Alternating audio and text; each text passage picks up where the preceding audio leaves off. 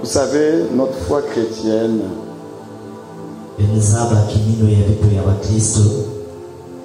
pendant des années, des siècles, on nous a amenés à faire des déclarations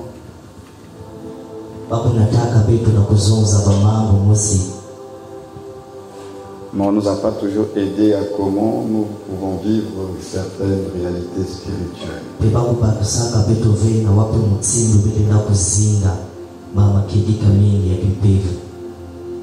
Tout à l'heure, je suis arrivé, j'ai entendu ce cantique, je vais être comme Jésus.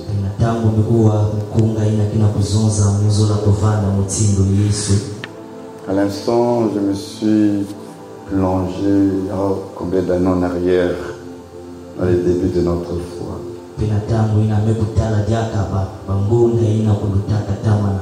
Nous sommes de la génération du Père Patrice, des frères Menté. Nous, on est de cette génération-là. Ce sont de Dieu, ces chantres qui nous ont baignés dans le début de notre foi.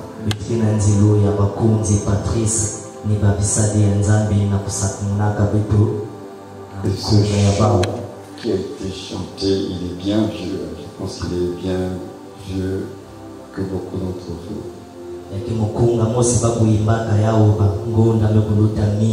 Mais au début de notre foi, lorsqu'on chantait ces cantiques, oui, avec tout le cœur, je veux être comme Jésus.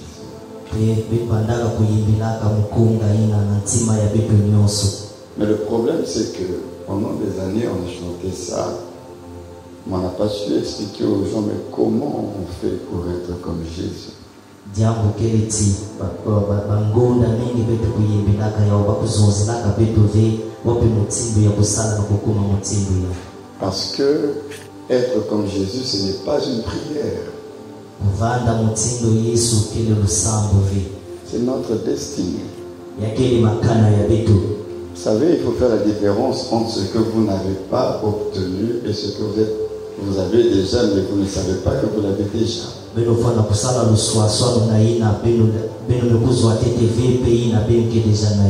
Parce que quelquefois dans nos prières, nous demandons à Dieu des choses qui sont déjà en nous.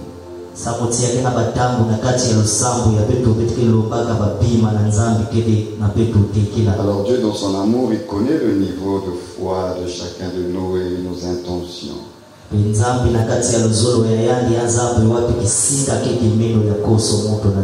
Être comme Jésus, ce n'est pas une prière à faire comme si Dieu va l'exaucer.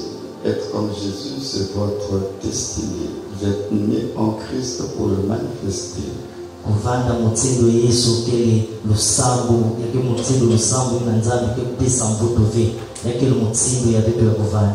Et la semence est déjà en vous. Pendant la petite retraite, on en a parlé. Le problème n'est pas au niveau de la semence. La semence de Christ est déjà en vous.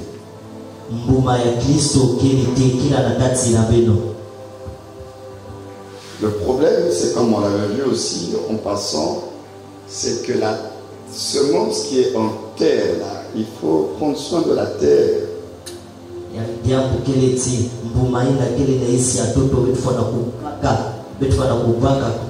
Donc il faut maintenant qu'on explique aux gens que ce n'est pas la semence, c'est la terre le problème.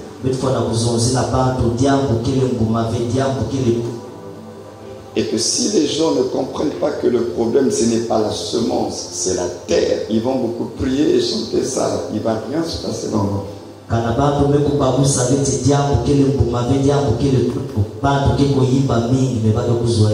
Parce que la semence n'a pas de problème. C'est la terre qui est le problème. Et la terre, c'est nos vies, nos cœurs. Donc la question est, comment on manifeste Jésus? Bien, comment la semence peut-elle manifester son fruit? Comme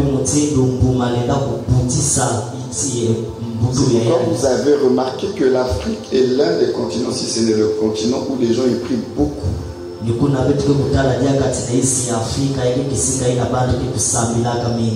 Les gens prient beaucoup en Afrique, mais il y a peu de résultats dans les vies et dans les familles.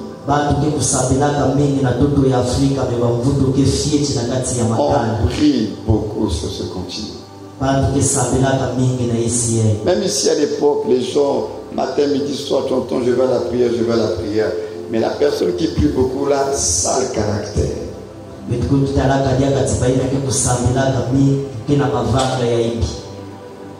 Mais la personne, elle a la réputation qu'elle prie beaucoup dans le quartier. Mais alors il y a un problème. Si finalement beaucoup prier ne me transforme pas l'image de Jésus, mais comment j'arrive à manifester l'image de Jésus, puisqu'on peut beaucoup prier et puis l'image ne se manifeste pas. Je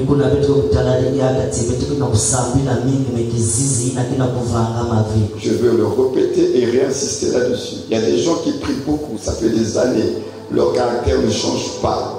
Mais on sait que ces gens-là, ils prient beaucoup. Comment se fait-il que quelqu'un qui prie beaucoup mais ne manifeste pas cette image?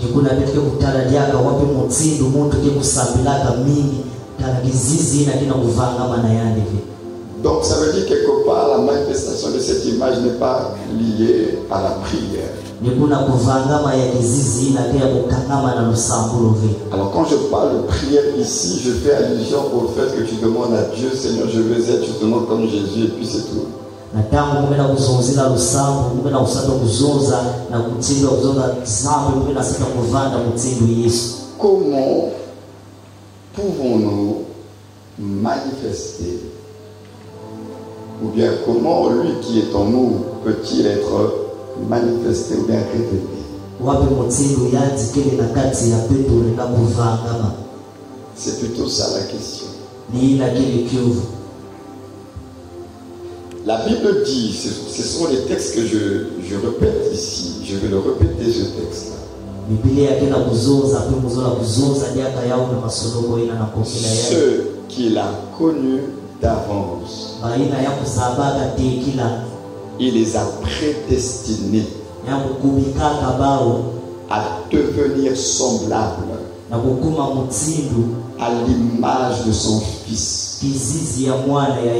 afin que son Fils soit le premier-né d'entre beaucoup de frères. Romains 8 à partir du verset 29. Ceux qu'il a connus d'avance, ils sont déjà destinés à une chose. C'est manifester une image, pas n'importe quelle image. L'image de son Fils. Et c'est là où vous allez comprendre qu'il est important pour nous de faire la différence entre les moyens de Dieu, ça aussi je l'ai souvent répété ici, et le but de Dieu.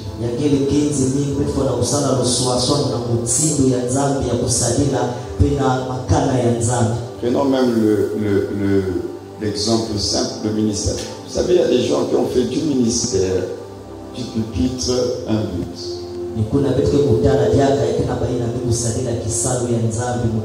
Tant que la personne n'est pas reconnue dans un ministère ou bien qu'elle ne prêche pas dans une église, elle a l'impression que sa vie, elle n'a pas encore atteint l'objectif. C'est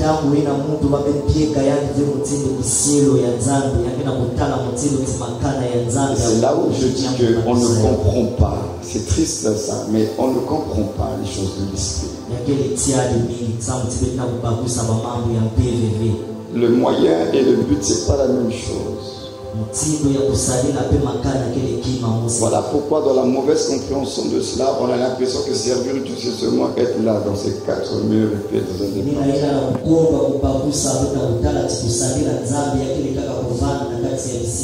Alors que notre vie entière, elle est un service pour Dieu, une adoration. On ne sert pas Dieu, on n'a pas le... Il ne faut pas qu'on ait le sentiment qu'on sert Dieu parce qu'on prêche ou bien qu'on nous établit dans un ministère et là tu as le sentiment que tu es un serviteur de Dieu. Si c'est ça, c'est que tu n'as rien compris.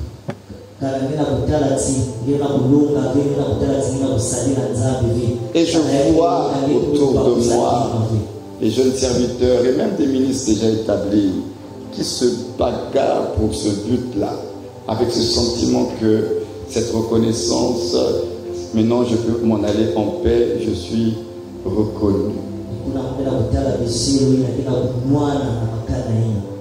Je vous avais dit pendant la mini-retraite que je suis en ce moment comme une cocotte minifiante. Mon esprit, et il y a je ne sais pas quel type d'apostolat Dieu m'a donné, mais je sais qu'il est assez particulier. Mon esprit, il y a un truc qui ça bouillonne à l'intérieur de moi parce que ça ne va pas.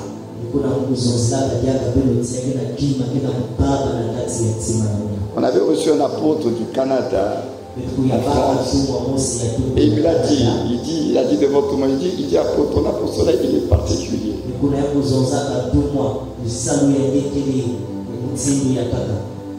Donc il y a des choses qu'il faut bien recadrer selon les Écritures.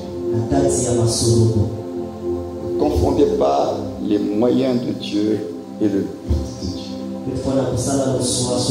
Si vous confondez cela, vous n'allez pas être heureux parce que vous allez vous focaliser sur une chose en réalité qui n'est pas le but, mais vous en avez fait le but et comme vous ne l'avez pas atteint, vous êtes triste, vous êtes malheureux.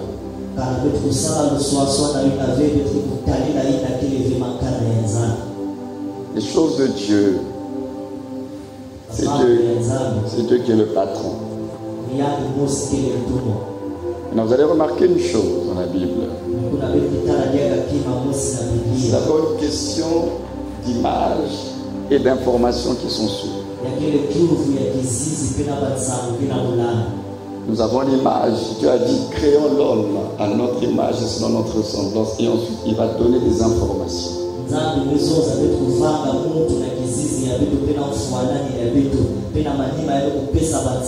La raison d'être de cet homme créé à son image.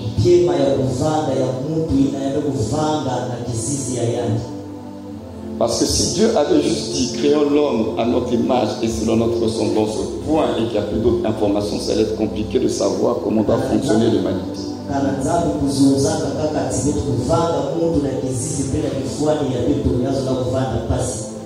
Voilà pourquoi il doit associer à l'image des informations.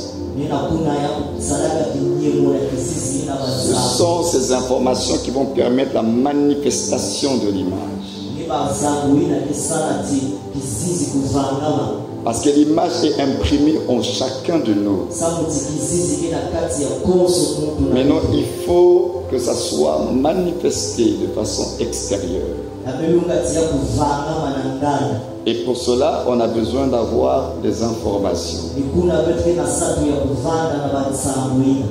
Si on ne comprend pas ça,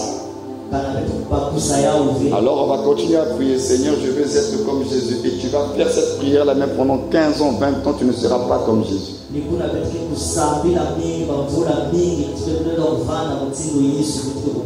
Parce que pour être comme Jésus, ça veut dire quoi? En fait, nous sommes en train de dire, Seigneur, je veux manifester ton image.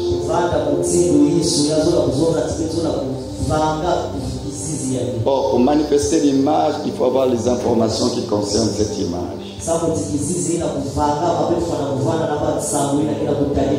Voilà pourquoi nous devons rechercher les informations.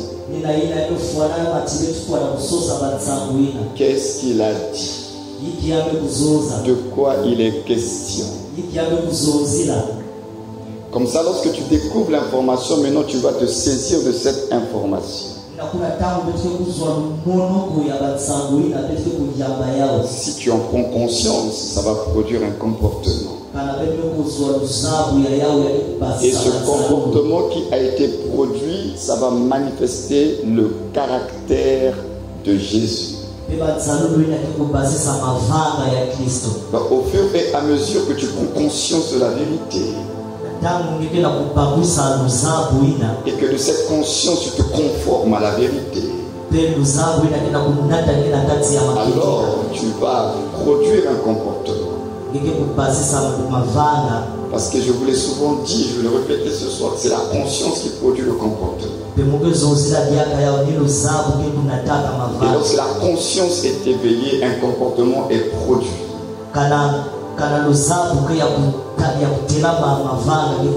Et ce comportement-là, il a un fruit, c'est un résultat. Et dans l'observation du comportement, c'est là qu'on commence à voir la vie de Jésus.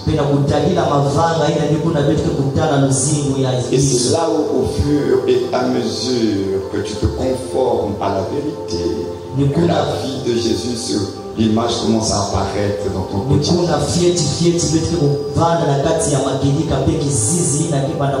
Parce que l'image de Christ en nous n'apparaît pas de façon spontanée et directe. C'est progressif. Au fur et à mesure que tu marches avec Dieu, les gens t'observent et ils voient au fur et à mesure qu'une image est en train d'apparaître à travers ta vie.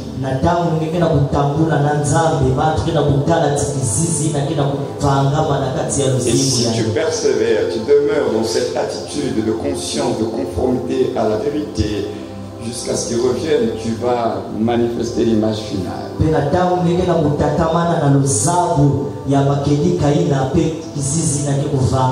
Donc c'est important pour nous de le comprendre, que l'image de Jésus va apparaître progressivement dans ta vie. Au fur et à mesure, on va découvrir en toi des choses, une patience, une certaine humilité, une certaine crainte. il y a des choses qui vont commencer à se mettre en place. Et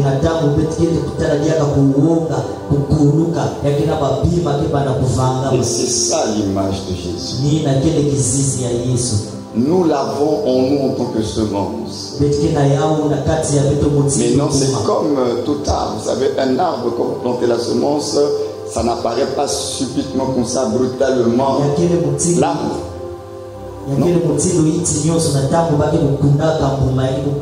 semence va mourir en terre, il y a un travail de racine qui va se faire, le germe va sortir. Vous voyez que c'est progressif.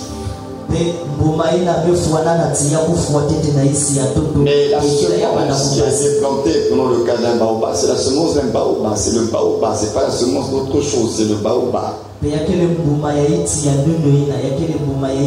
Mais ce baobab, pour atteindre son stade final, il va devoir passer par le processus. Au fur et à mesure, ça va grandir, le germe va sortir, le tronc va se durcir, se consolider, les branches vont sortir. Après, il y a les feuilles, après, il y a des fruits. C'est comme ça que ça se passe.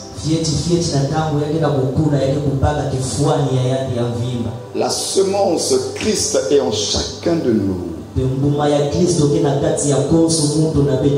Mais le problème, c'est qu'il n'est pas manifesté chez tout le monde. Chez d'autres, ça prend un peu plus de temps parce que les gens ne prennent pas encore conscience de ce qui est investi en eux.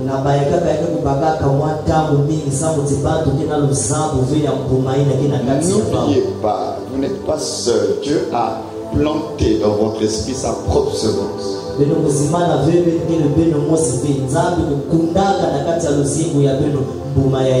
Et la Bible dit que vous avez été régénérés par la semence incorruptible de Dieu qui est sa parole, parce que Dieu travaille avec la parole.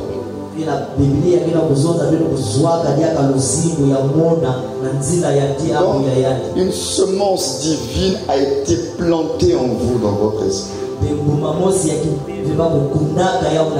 peut pas changer cette vérité, c'est ça. Il y a une semence de Dieu en vous. Mais non, comme toute semence, il faut qu'elle fasse son œuvre en vous.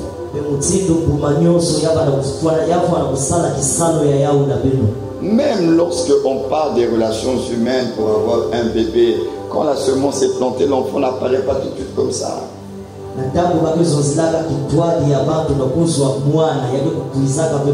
quand il est informe, il n'a pas la tête qu'il faut, il n'a pas les membres qu'il faut, mais c'est déjà un être vivant qui est là.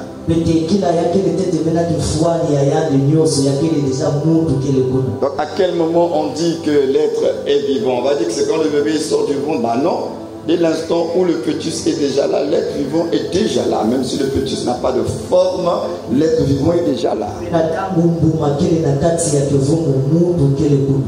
Donc vous avez déjà reçu la semence de vie. La semence de Christ est déjà dans votre esprit. Même si la forme n'est pas encore bien visible à l'extérieur, vous avez déjà la semence.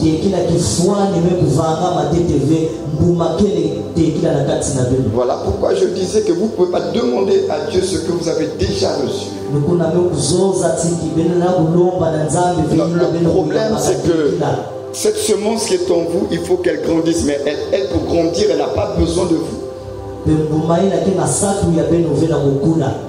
C'est-à-dire que ce n'est pas la maman qui prie pour dire bon, j'aimerais que l'enfant là ait des cheveux, j'aimerais qu'il ait au moins 2 jambes, j'aimerais au moins qu'il ait 2 yeux. Elle ne peut pas prier comme cela. La vie là se développe d'elle-même. Maintenant,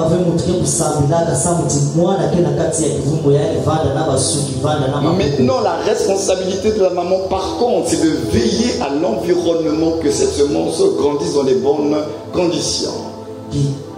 Donc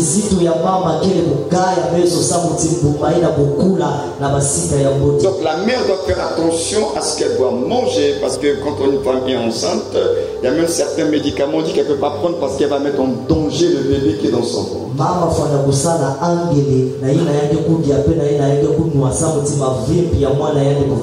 Donc la responsabilité de la maman, c'est de veiller au contenant, pas au contenu, au contenant.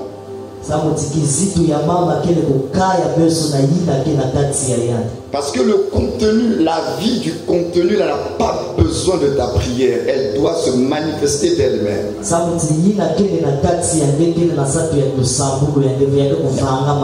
se compte que si une femme doit commencer à prier, bon, je prie que l'enfant qui est en train de grandir là, il faut qu'il ait des dents, il faut qu'il ait un nez. Non, elle ne prie pas. C'est la semence qui est en train de se manifester, prendre sa forme.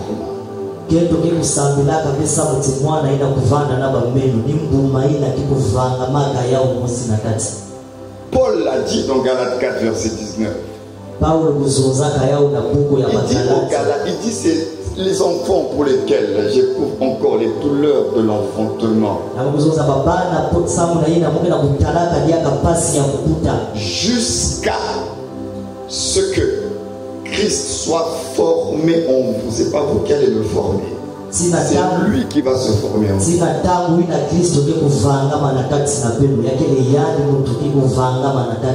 Mais il faut que vous puissiez lui donner la place, l'espace pour qu'il se forme. J'avais donné un peu de témoignage ici de mon fils Pierre Desonnes. Quand ma femme était enceinte de mon premier enfant, elle avait un gros fibrome dans son utérus.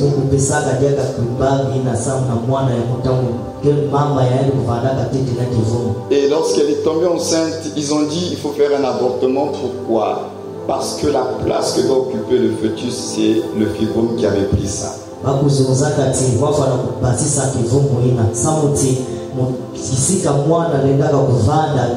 Et ils nous ont dit que si vous laissez cette grossesse-là, comme la place du fœtus est occupée par le fibrome, ça ne va pas aboutir. Avorter seulement maintenant. Donc la question, c'était quoi? Ou bien c'était quoi la problématique? La problématique, c'est qu'il y a une semence de vie qui est là, mais cette semence de vie ne peut pas porter de vie parce qu'on nous informe que son espace et sa place est occupée.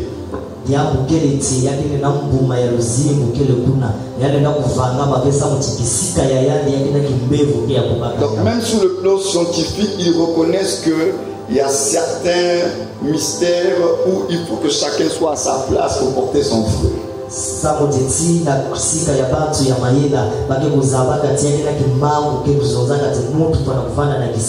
ça veut dire que ce fœtus-là, si tant qu'il n'est pas à sa place, il ne peut pas aller plus loin, il est voué à la mort, donc il faut seulement l'évacuer.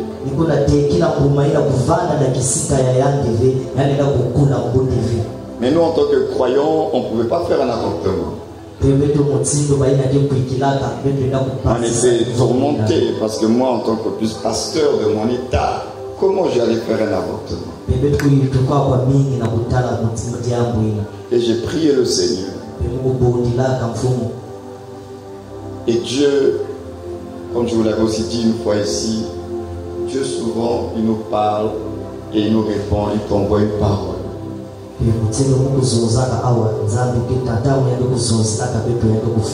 t'envoie juste une parole. J'ai reçu une parole dans le psaume. Et le message était clair. Il dit, je verrai mes fils. Et ta femme est comme une vigne féconde. Le psaume 128. Tes fils mangeront à ta table. Bon, j'ai compris que je verrai mes fils comme Dieu ne voulait pas que un de mes fils puisse y passer.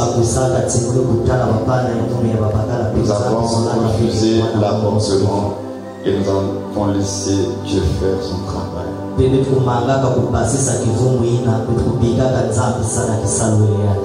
C'est pourquoi je rappelle souvent à mon fils quelquefois, je dis, mais toi tu es un bébé miracle. Tu es un bébé miracle. Parce que comme nous avons dit non à l'avortement, les mois qui ont commencé à s'en suivre, quand on faisait des visites médicales, le miracle de Dieu a commencé à s'opérer.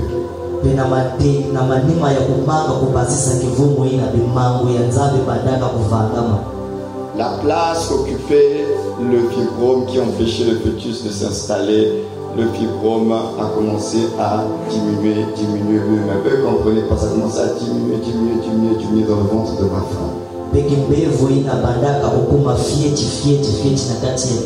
Au point où en diminuant, le fœtus maintenant a récupéré sa place. Et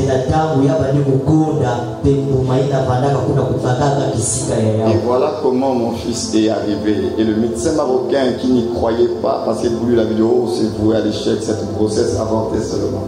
Il était surpris.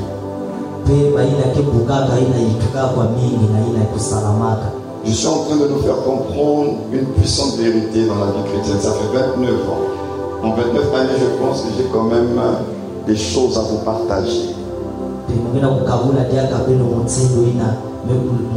Des choses que j'ai comprises. Et que je me dois de vous les communiquer aussi. Vous ne pouvez pas aider la vie d'être ce qu'elle est censée être. Ce n'est pas votre responsabilité.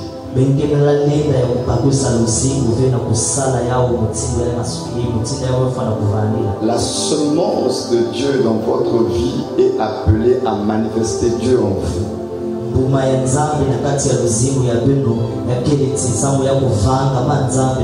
Vous n'allez pas l'aider à être ce qu'il est censé être en vous. Mais tout ce qu'il vous demande, comme cette histoire de fibrome là, c'est que vous puissiez lui laisser la place qu'il doit occuper dans vous.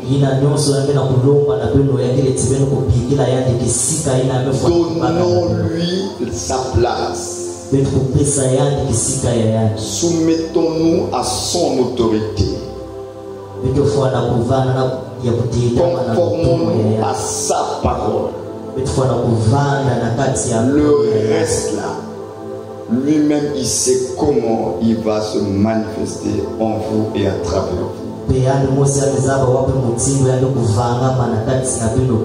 Il a juste besoin que vous lui donnez son espace. Que vous vous disposiez. Que vous soyez des chrétiens avec des cœurs pour Dieu. Le reste, c'est lui-même qui fait. Voilà pourquoi quand vous comprenez ces principes avec Dieu, même en matière d'appel au ministère, si je prends cet exemple, vous comprendrez alors que ce n'est pas vous qui vous êtes appelé, c'est Dieu qui vous appelle. Et le Dieu qui vous appelle là, lui-même, il sait ce qu'il va faire de vous, en vous et à travers vous.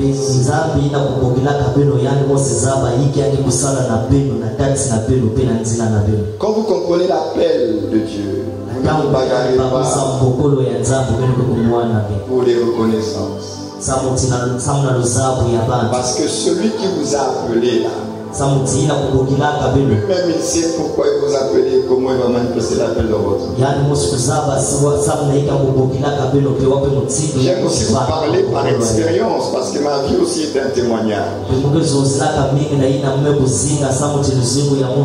Dans notre église, je suis le premier des fils qui a été reconnu dans le ministère. Depuis que notre église existe, il n'avait jamais reconnu au ministère des gens. Je suis le premier.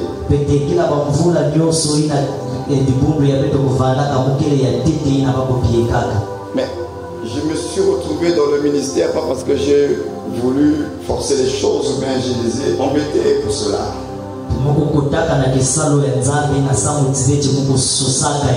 Je n'y pensais même pas. Je ne rêvais même pas. Je me suis retrouvé en RDC en 97.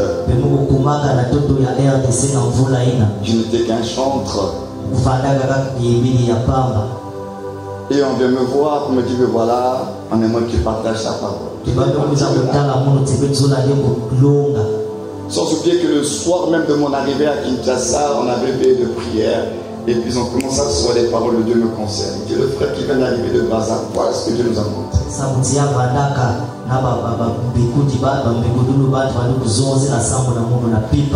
Moi je n'étais qu'un chanteur avec aucune ambition, aucun besoin d'être visible et tout. Moi je servais Dieu, j'aimais le Seigneur, j'aimais chanter. Et même quand ils sont venus me voir pour dire que tu vas partager la parole, moi j'ai eu peur, je suis allé voir mon pasteur. J'ai dit mais regarde ce qu'ils ont dit. J'ai tremblé, j'avais jamais prêché. Vous savez, on peut reconnaître quelqu'un qui a des ambitions et quelqu'un qui est désintéressé. Quand tu as des ambitions, on vient te voir comme ça, tu te dis ça y est, je le savais, en tout cas ça c'est l'occasion, je ne dois pas louper.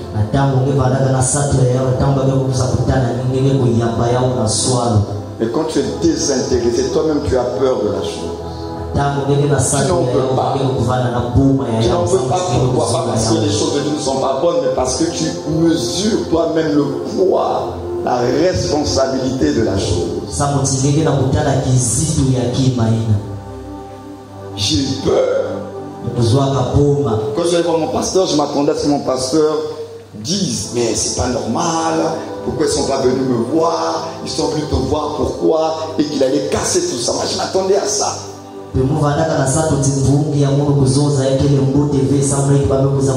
Mon pasteur là, c'est pas ce qu'il a fait. Le connaissant le caractère de mon pasteur là, il va réagir comme ça. C'est quand Dieu est au contrôle d'une situation, il va maîtriser toutes les données autour de vous.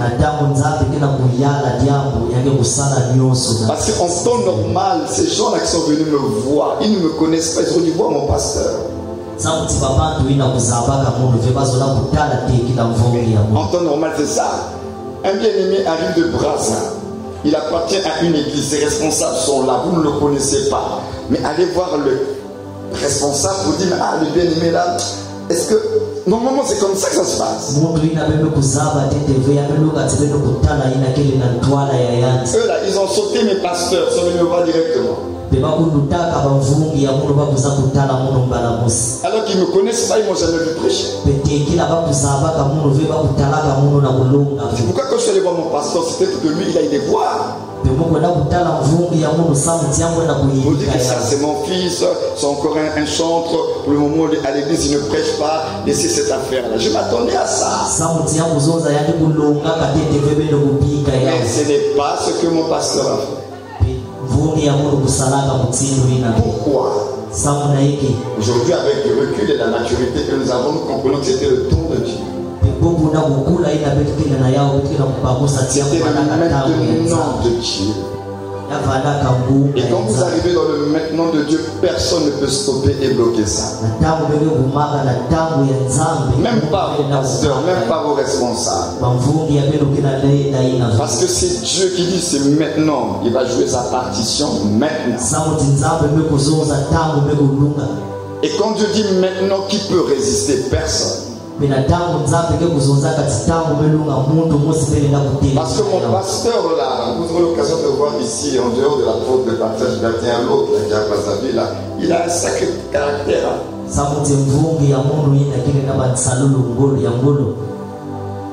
Mais je ne sais pas ce jour-là qu'est-ce qui s'est passé. Il a seulement dit, bah, s'il veut que tu partages la parole, que Dieu te fortifie. Il me bénit seulement que Dieu te fortifie avec la grâce de Dieu.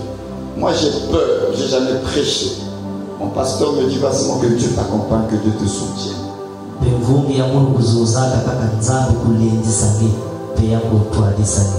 Et cette invitation que j'avais reçue a été la révélation de ce qui dormait en moi.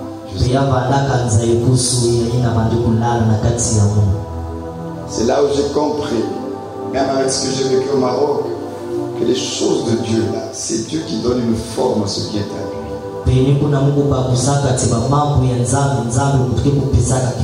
Ne vous bagarrez pas à produire des choses alors que c'est Dieu qui doit produire ça lui-même.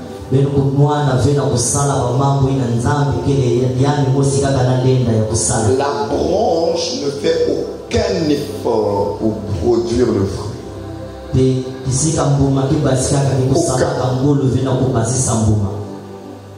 La branche produit le fruit tout simplement parce qu'elle est attachée à l'arbre. C'est son attachement à l'arbre qui lui fait bénéficier de la vie de cet arbre, et au temps marqué selon la saison, elle portera le fruit. La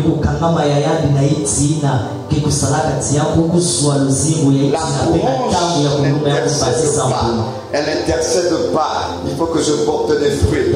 Cette saison, je dois porter des fruits. La branche n'intercède pas. Tant qu'elle demeure attachée au cep, elle portera le fruit. Pourquoi le Seigneur a pris cette illustration? En quelque sorte, vous ne pouvez rien faire. Celui qui demeure en moi portera beaucoup de fruits. Ce n'est pas à nous de fabriquer des fruits pour faire plaisir au Seigneur. Lui-même, il connaît déjà quel genre de fruit doit sortir de toi. Parce que la semence, ça c'est pas toi qui te l'as implanté, c'est lui qui t'a planté la semence. Donc il sait exactement ce qui doit sortir de toi. Donc tu ne peux pas fabriquer des choses et présenter ça comme un fruit à Dieu. Nous lui présentons les fruits qui sont les siens. Résultat de la semence qui est en chacun de nous. Et quand vous comprenez cela, vous ne vous bagarrez plus, vous ne vous frustrez plus. Vous cherchez qu'une seule chose, demeurer en Christ. Et c'est tout. Demeurer en lui. Demeurer dans sa parole. Le reste, par rapport à ce qu'il a planté en vous, lui-même ici commence à se manifester. Je vous donne des petits conseils, c'est pour vous éviter aussi des frustrations inutiles dans la vie. Vous n'êtes pas venu en Christ pour chercher des postes ou bien un ministère ou bien qu'on vous acclame pour vous devenir des stars. Non, non, non, c'est pas pour ça que vous êtes en Christ, c'est pas pour ça. On ne vient pas en Christ pour devenir un grand super prédicateur, un super apôtre. Non, non, c'est pas pour ça que je suis en Christ, c'est pas ça la raison. Ça, ce sont les moyens que Dieu va utiliser pour manifester le but. Ce n'est pas ça le but. Donc la finalité de ma vie, c'est pas bon, mais non, j'ai été chrétien, je me suis retrouvé dans le ministère d'apostolique, je peux maintenant mourir en paix parce que je suis devenu un apôtre. C'est la fin. Non, non, non, l'apôtre, c'est pas le but de ma vie. Quand vous comprenez cela, vous évitez les frustrations inutiles. La chrétienne n'est pas compliquée. Le problème, c'est qu'on a eu des modèles autour de nous qui nous ont rendu des choses difficiles.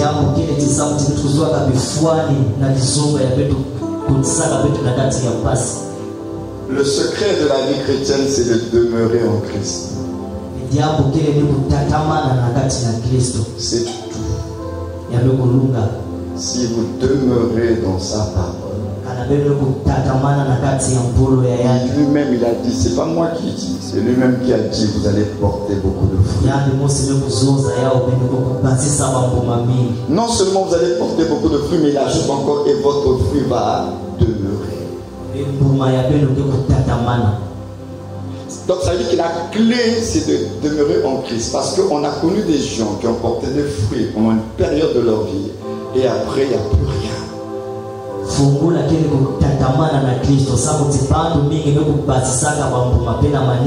Et là on devient des chrétiens anciens combattants, on n'est que dans des nostalgies. Ah, à l'époque vraiment, à l'époque quand j'évangélisais, à l'époque quand je priais à la maison, à l'époque quand j'intercédais, à l'époque quand je prêchais, à l'époque quand je chantais. Tu dis que dans des nostalgies, mais qu'est-ce qui se passe aujourd'hui? Pourquoi tu parles? C'est ça le problème. Beaucoup de chrétiens anciens combattent. Et je prie que l'on ne soit pas ainsi pour vous. Que vous demeuriez jusqu'à cette heure-ci en train de faire ce que le Seigneur attend de vous. Les victoires du passé doivent vous aider à avancer encore un peu plus. Mais ne restez pas que sur les victoires du passé, parce que ça va vous empêcher de faire encore plus de progrès.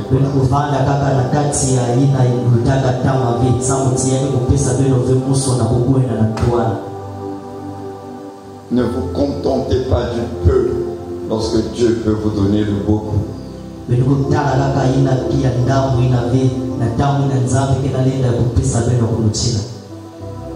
Ne fixez pas les limites là où Dieu n'a pas fixé des limites.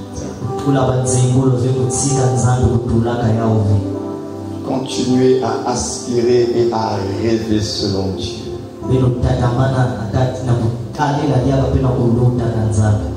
Mais ne limitez pas votre vie par ce que vous avez déjà maintenant.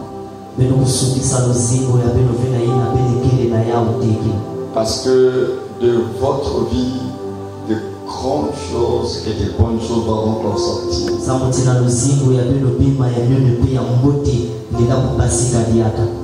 Voilà pourquoi nous parlons, on ne peut que parler de Christ, Christ et Christ. Mais au final, si je veux encourager les croyants, c'est de demeurer en Christ.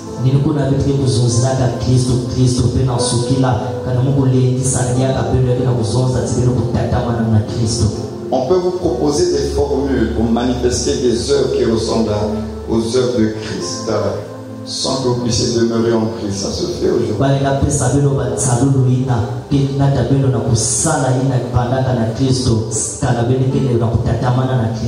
Il y a des pratiques aujourd'hui, parce que le diable aussi il fait du surnaturel.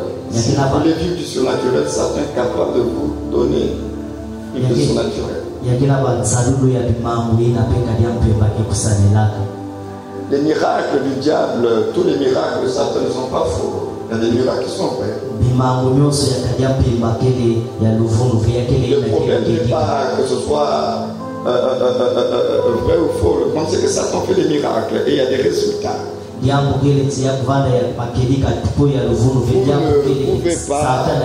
ne pouvez pas faire semblant. Il y a des gens qui ne sont pas chrétiens, croyants. Ils ont besoin d'enfants, ils vont consulter ces gens-là.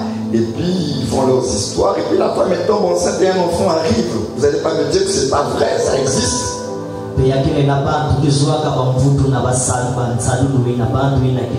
Donc Satan aussi produit des résultats surnaturels.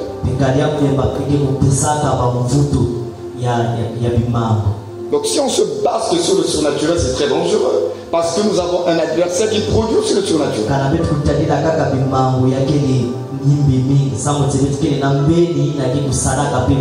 Maintenant la différence entre ce qui est de Dieu et ce qui est du diable, c'est que ce qui est de Dieu ne se fait sur aucun chagrin. C'est la bénédiction de l'Éternel qui enrichit, qui se fait sur aucun chagrin. Mais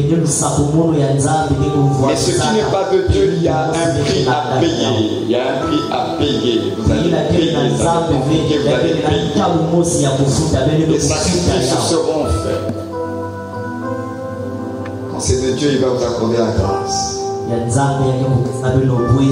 À cause de son amour, il vous accorde la grâce. Il ne vous demande même pas une offrande. Il ne vous demande même pas un sacrifice. À cause de son amour, il vous bénit. Vous êtes des entrailles bénies. La femme est enceinte. Le travail est là. Dieu n'est pas en train de marchander la bénédiction avec les hommes. Voilà pourquoi il y a un type d'évangile aujourd'hui où vous devez faire extrêmement attention à ce que vous entendez. Ça ressemble un peu à l'évangile de Dieu, mais ce n'est pas l'évangile de Dieu. Un évangile où on vous fait comprendre que si vous voulez avoir un enfant, vous devez faire un certain type de sacrifice, sinon il n'y aura pas l'enfant. Mais un tel évangile, moi, me pose un problème. loina bakina kuzunza kana benzola kuzwa mwana bemfana kupesa kayulu kana be kupesa kayulu vile kuzwa mwana vempulo ina la capacité à une femme, à un couple d'avoir des enfants. Il est obligé de faire du business avec eux, du troc. Vous voulez avoir un enfant, donnez-moi d'abord quelque chose, sinon je ne vous donne pas. Moi ça me dit, moi je crois que ça ne ressemble pas à Dieu.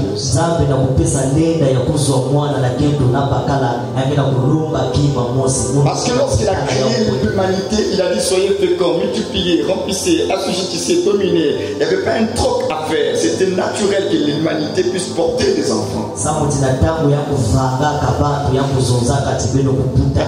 Comment se fait-il que maintenant pour avoir des enfants, entre guillemets, notre Dieu, il demande que tu dois faire un sacrifice, parce que si tu ne fais pas ce sacrifice-là, tu n'auras pas des enfants. Moi, cet évangile-là me dérange.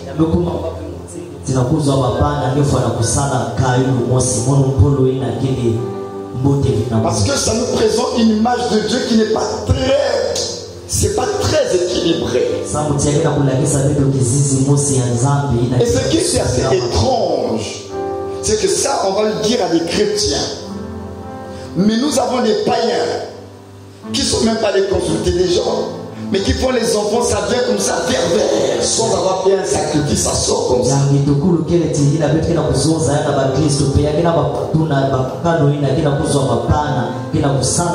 Voilà pourquoi je dis qu'il y a un truc qui me dérange, parce qu'il y a un truc très subtil. Vous les croyants là, vous croyez à ça. Dieu veut que l'on soit prospère, que l'on soit béni, qu'on soit en bonne santé. Il ne va pas encore dire, bon, maintenant, pour que tu sois en bonne santé physique, pour vivre la guérison, tu dois quand même faire une bonne offrande. Pour ton salaire, moi, fais d'abord une bonne offrande et puis je vais te guérir. Ça me dérange. Parce que c'est pas vrai.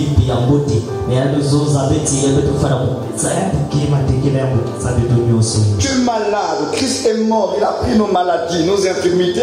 Mais un prophète te dit que non, pour que tu sois guéri, en tout cas, tu dois vider ton corps, ton bon corps. Isaac doit être sacrifié parce que le bélier de ta guérison là doit sortir. Moi, je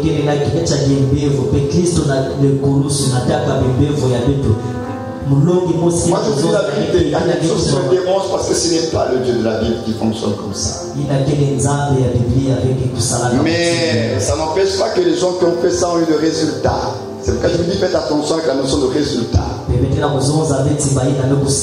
gens qui ont fait ça ont eu des résultats. Maintenant la question est-ce que parce qu'il y a eu le résultat que c'était de Dieu?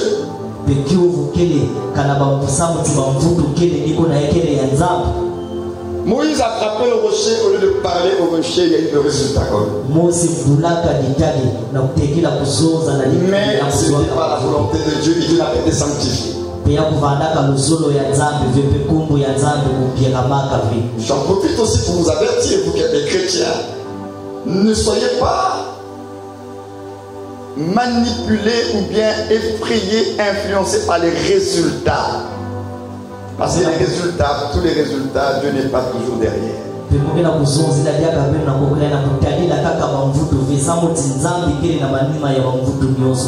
Si vous dites, ah oui, mais c'était au nom de Jésus, oui, la personne elle a porté l'offrande et puis elle a vu que c'est guérison. Oui, Dieu fait ce qu'il veut, c'est vrai. Mais quand on commence à faire de ça comme un système, c'est là où je ne suis pas d'accord.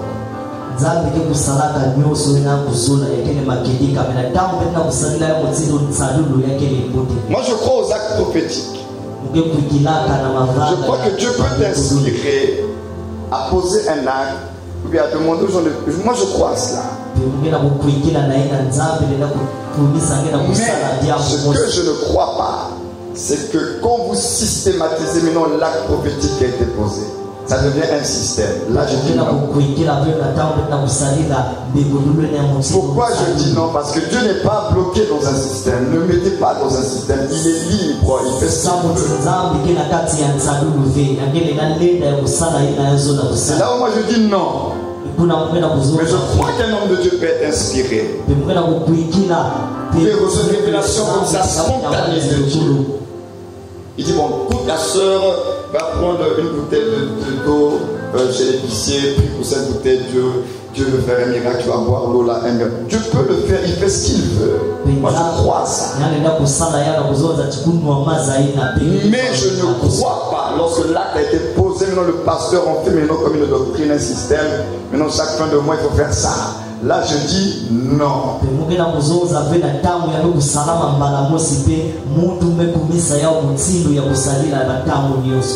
Parce que même Jésus lui-même dans son ministère, il n'a pas guéri tout le monde de la même façon.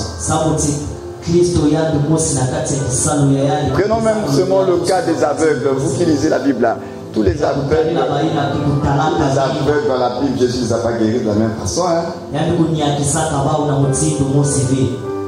Entre proclamer juste une parole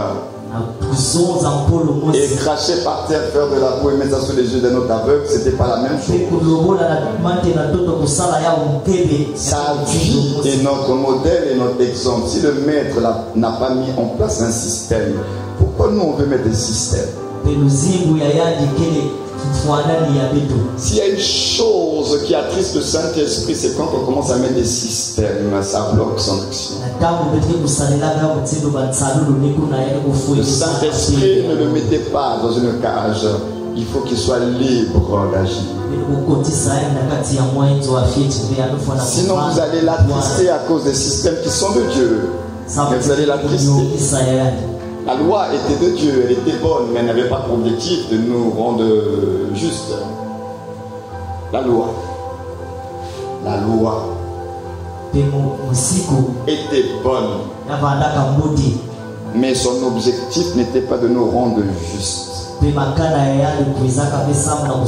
pourtant la loi venait de Dieu.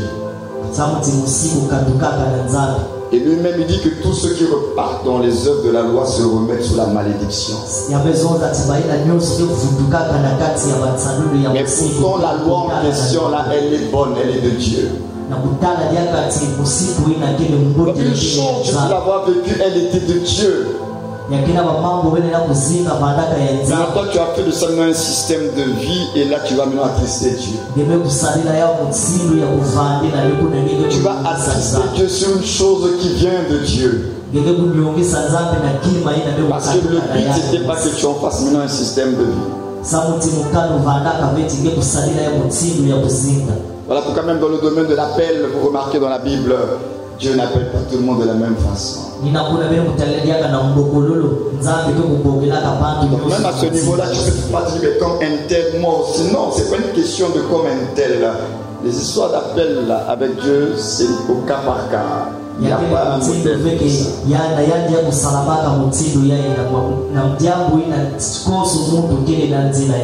Voilà pourquoi maintenant je donne des conseils. Vous aider parce que nous sommes arrivés à un temps, il faut vous donner la nourriture solide maintenant, plus du lait. Il faut que vous ayez du discernement. Et le discernement, c'est que vous êtes porteur de la vie de Dieu. Dieu ne peut plus vous donner ce qu'il a déjà donné en vous. Quand nous prions, ce n'est pas pour recevoir, en réalité, nous prions pour manifester ce qui est là. Nous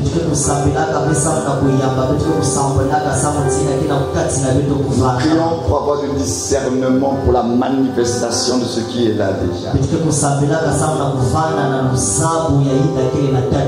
Être comme Jésus. Ce n'est pas une prière. C'est votre destinée. C'est la raison d'être de votre nouvelle naissance. Vous êtes né de Dieu pour être comme lui. Donc c'est déjà réglé, programmé. Vous êtes censé être à l'image du premier-né d'entre beaucoup de frères. Donc comme il est là, c'est ce que tu es censé être. Mais je vous ai parlé de la terre. La terre, c'est toi. La vie, ton cœur. Tu dois te disposer. Il y a des choses dans ta vie, tu vas devoir te séparer. renoncer pour permettre que la semence puisse libérer son potentiel. Parce qu'il y a des choses en nous qui empêchent Christ d'être formé. Et ces choses en nous, c'est comme ces fibromes-là qui vont combattre sa formation en nous.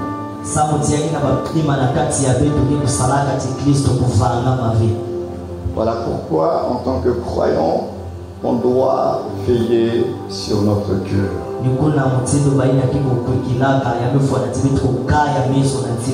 Parce que si vous ne veillez pas sur votre cœur, vous ne pourrez peut-être pas compte quand les racines, les mauvaises herbes sont là, vous ne vous en rendrez même pas compte, mais ça va étouffer l'action de Christ.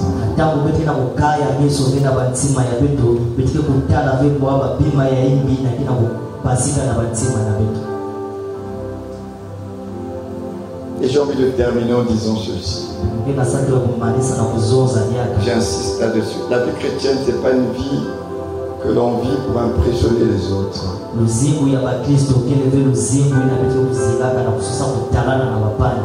Je crois que j'ai fait un post sur mon WhatsApp où je disais que Dieu est surnaturel, mais le surnaturel de Dieu n'est pas toujours spectaculaire.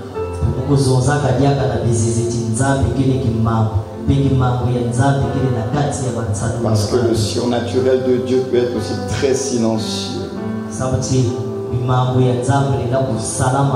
Les changements et les transformations dans nos vies ne commencent pas à l'extérieur, ça commence à l'intérieur. Si on n'est que dans le spectaculaire, alors vous allez voir que souvent dans l'exercice du ministère, quand on est trop dans la dimension spectaculaire en espérant que c'est le Saint-Esprit à ce moment précis, les gens ils tombent. C'est bien. Mais la question est, après être tombé, là, qu'est-ce qui s'est passé après? On ne.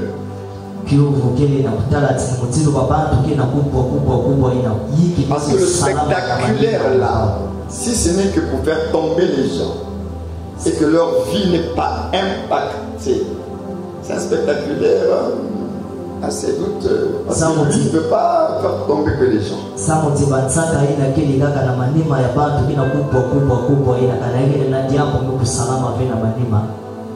Le spectaculaire, les gens peuvent tomber par la puissance de Dieu. Et quand ils se relèvent, il y a quelque chose qui s'est passé. Et après les semaines, les mois à venir, on sent que sa vie a pris un autre sens.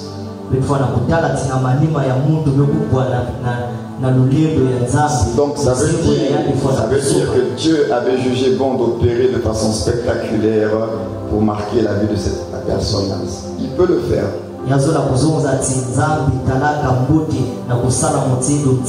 comme il peut également être très silencieux et il impacte à l'intérieur de toi, tu es chamboulé, bouleversé, tu n'es pas tombé.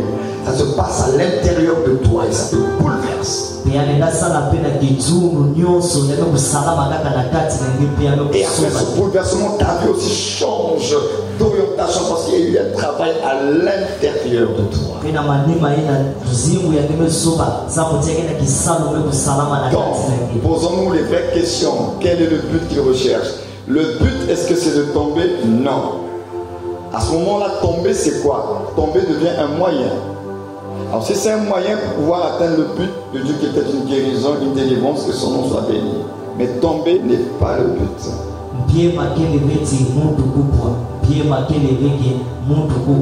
Voilà pourquoi certains de mes amis, collègues dans le ministère, quand ils prient pour les gens, ils veulent absolument que les gens tombent. C'est pourquoi ils poussent même d'autres personnes, il faut que tu tombes. Parce qu'il a le sentiment que si tu ne tombes pas, la puissance n'est pas manifestée. Je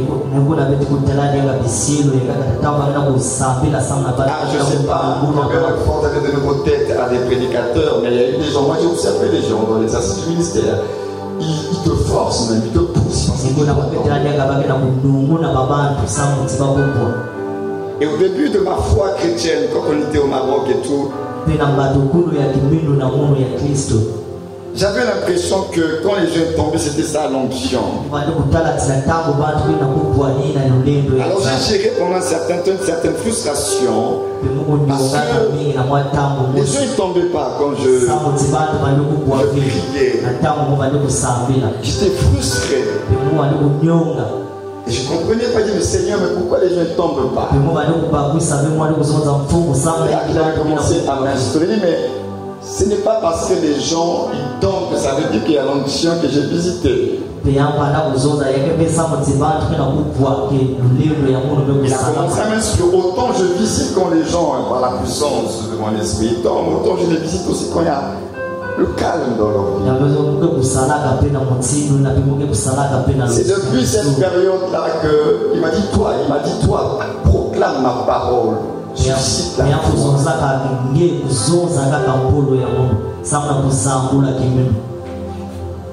Et c'est pourquoi vous allez remarquer, je suis quelqu'un, je n'impose pas les mains n'importe comment, mais j'impose les mains. Mais ma préoccupation, ce n'est pas d'imposer les mains vite aux gens. Ma préoccupation, c'est de semer la parole et susciter la foi. Ça, c'est le fardeau de Dieu. Tu dois susciter, prêche la vérité. Permets aux gens de vivre leur miracle sans forcément que tu les touches par ta main.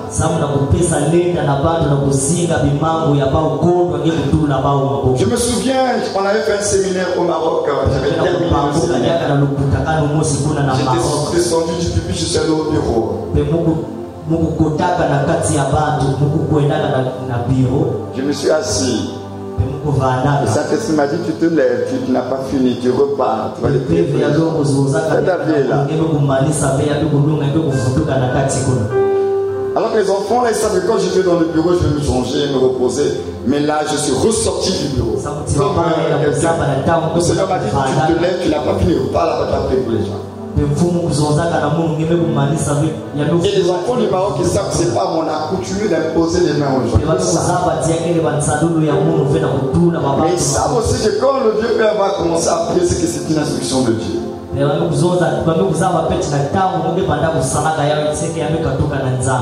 Et je suis, d'ailleurs c'était même, ce séminaire, il y avait même la belle-mère de M. Gonzin qui était là, la maman.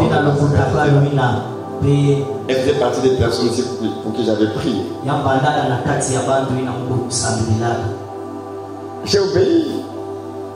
Je suis venu imposer les mains.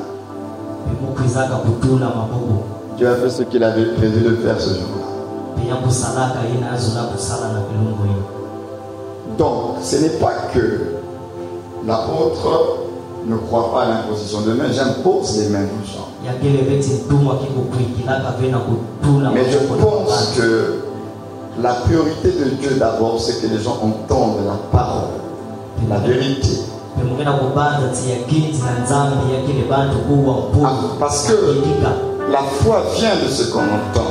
La foi ne vient pas parce qu'on a posé les mains à quelqu'un. La foi, il faut d'abord entendre quelque chose. Et moi, ma priorité, c'est de prêcher d'abord la vérité.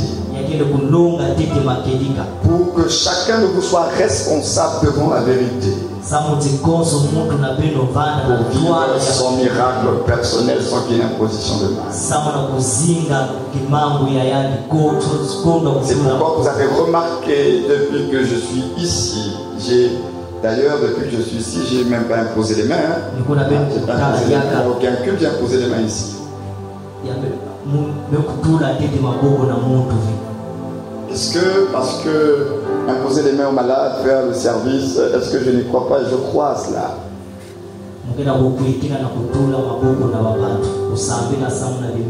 Mais chacun a son manteau.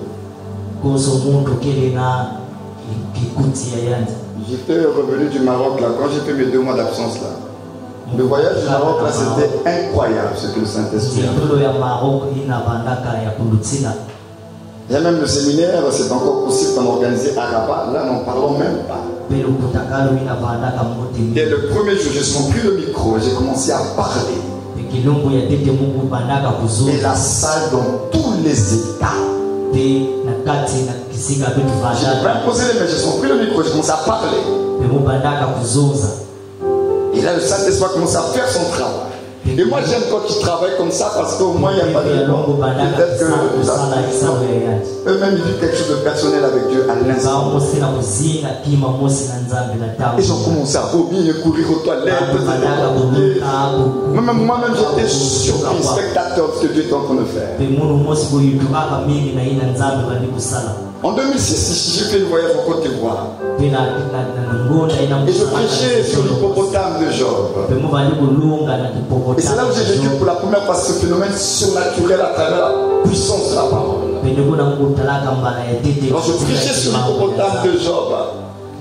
Et pendant que je prêchais sur l'hippopotame de Job, j'ai senti l'atmosphère a changé. Il y avait une telle gloire qui était descendue. Alors, il y avait une sœur chantre. Je peux dire qu'elle était assise. Cette gloire était tellement forte et puissante. Je prêchais. Et puis, à un moment donné, je vois la sœur là, oui, et Christ là, se retrouver là où se trouve l'évangéliste rappelle. C'est comme si là, elle a décollé. Je ne sais pas comment la main là. En tout cas, j'ai vécu un truc. Moi-même, ça m'a fait peur. La puissance de la parole l'a projetée. Elle s'est retrouvée là où était l'évangéliste. Et comme c'était la première fois que je vis cela, j'ai eu peur.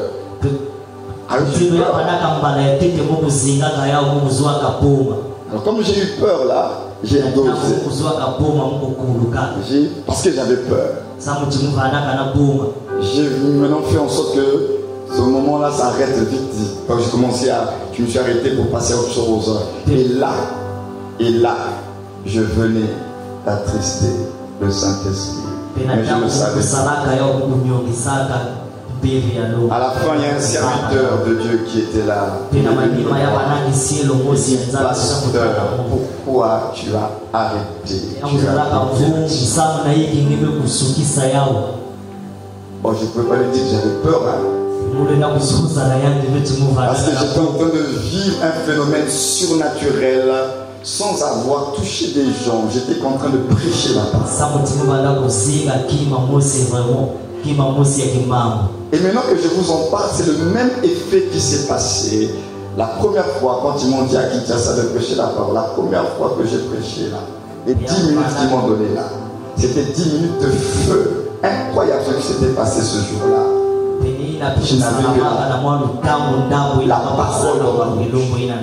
Moi j'ai compris que moi mon truc à moi c'est prêcher. Et quand tu vas me pousser à faire certaines actions, je le ferai. Et moi j'ai compris que moi il faut que je parle. Parce qu'en prêchant seulement j'ai vu ce que Dieu était capable de faire. Donc quand on comprend ces choses-là, ne compliquons pas la vie. Je termine en nous rappelant ça, demeurer en Christ. Demeurer dans sa parole. Demeurer dans sa parole. Je vous encourage à le faire. Et laissez la vie de Jésus en vous se manifester. Alors oui, tu peux prier, Seigneur, aide-moi à demeurer en toi. Oui, ça, tu peux demander ça. Tout ce qui m'empêche de demeurer en toi, Seigneur, ouvre mes yeux, que je puisse reconnaître cela.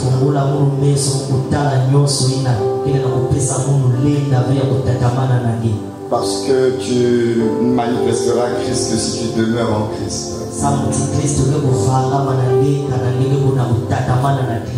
Au final, c'est ce que je voulais te faire comprendre ce soir. Nous voulons tous manifester le Christ, mais ce Christ, nous allons le manifester que si nous demeurons en lui.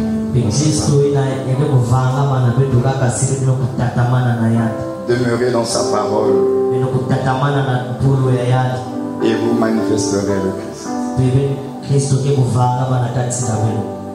Tu peux te lever et prier pour cela.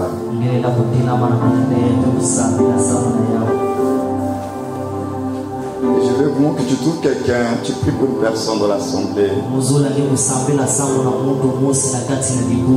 Dieu Seigneur, tu pries pour ton frère, tu sois son intercesseur ce soir. Aide mon frère, aide ma soeur à demeurer. Tu peux prier pour une personne ce soir, ce serait trouve quelqu'un ce soir et prie pour elle. Peut-être que traverse des moments difficiles et que ta prière va lui faire du bien. Dis à Dieu, Seigneur, je vais prier pour lui et pour elle, Seigneur, qu'elle demeure à sa